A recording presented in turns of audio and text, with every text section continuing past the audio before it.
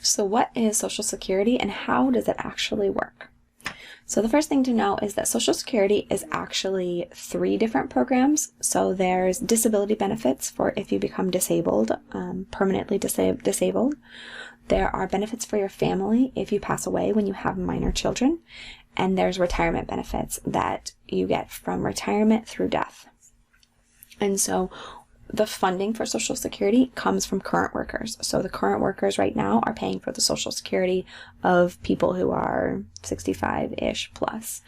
And through your work and your contributions, if you contribute for 10 years, then you will be eligible for Social Security benefits as well. You are taxed 6.2% of your paycheck. It doesn't include every single type of income, so it might not be exactly 6.2% of your paycheck, depending on what your paycheck is made up of. But 6.2% of your paycheck should be withheld for FICA, Social Security, which is a payroll tax. If you are self-employed, you're going to cover that all yourself, so you actually cover the 12.4% yourself.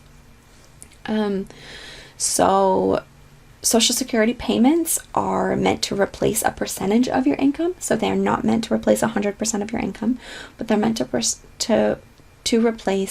27% of your income if you're a very high earner, up to about 75% of your income if you are a very low earner. And so that's kind of an understanding that if you have not made very much money, you can't really afford to lose that much of it and be able to kind of survive through retirement. And so for kind of the middle income earners, you can expect it to replace about 40% of your income. That is based on your lifetime earnings. So if you spend 10 years outside of the job market, then that's going to reduce your benefit in the long run. If you stay home with children or anything like that, then of course that's going to reduce your benefit. Something to know is that if you are married or if you are divorced and you were married for long enough to qualify, you can actually qualify for up to half of the benefit of your spouse or ex-spouse.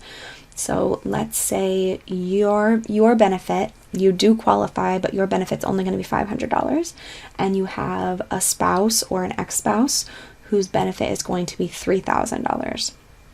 And so if you're eligible, if you were married for long enough and some other things to qualify, then you could get up to half of their benefit. So if theirs was going to be $3,000, then you could have up to $1,500.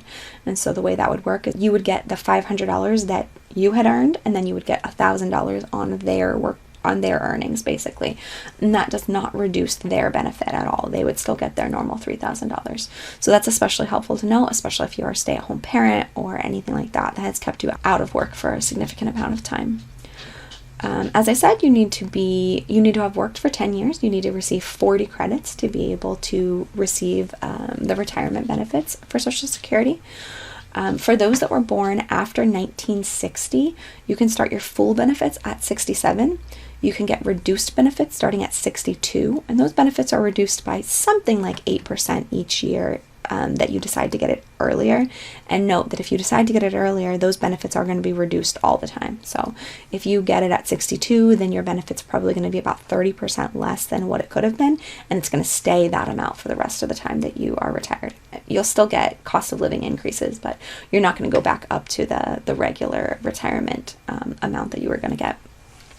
You can also delay your benefits up to age 70, and you get about an 8% extra annual benefit by delaying. Once you hit 70, there's no more benefit to delaying, so you're going to want to go ahead and take out the benefits at 70. And of course, you can always stop working. You could decide to stop working at 50 and not take retirement benefits until 67 or 70 or whatever. And whether your Social Security benefits are taxed is based on your taxable income in retirement. So that's one of the reasons why it makes sense to try to have tax diversification so that you can keep your taxable income down in retirement and then also potentially keep your taxes on Social Security down. You can actually create your own login at the Social Security website, and you can look to see what's my earnings history. Have I made the 40 credits? What would my benefit be if I keep working the way that I do? You can have a partner log in and see what their benefit's going to be. You can do all sorts of things. It's pretty cool. So I would definitely encourage you to check that out. You can also check to see if you are currently eligible for the benefits for the family if you have children and you pass away while they're minors. And you can check to see if you're eligible for disability benefits and what those would look like. So I would encourage you to check it out. Something else to know about Social Security is that a lot of people worry that Social Security isn't going to stay around, and I would say we can't know the future, but it will stay around if the people of the country decide that we want it to stay around.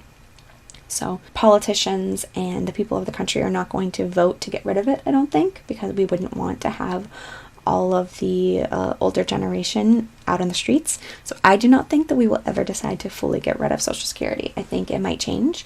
Maybe the age that you can take it out might change, or the amount of benefits that you get, or how much we have to pay into Social Security. I think there are a lot of things that could change.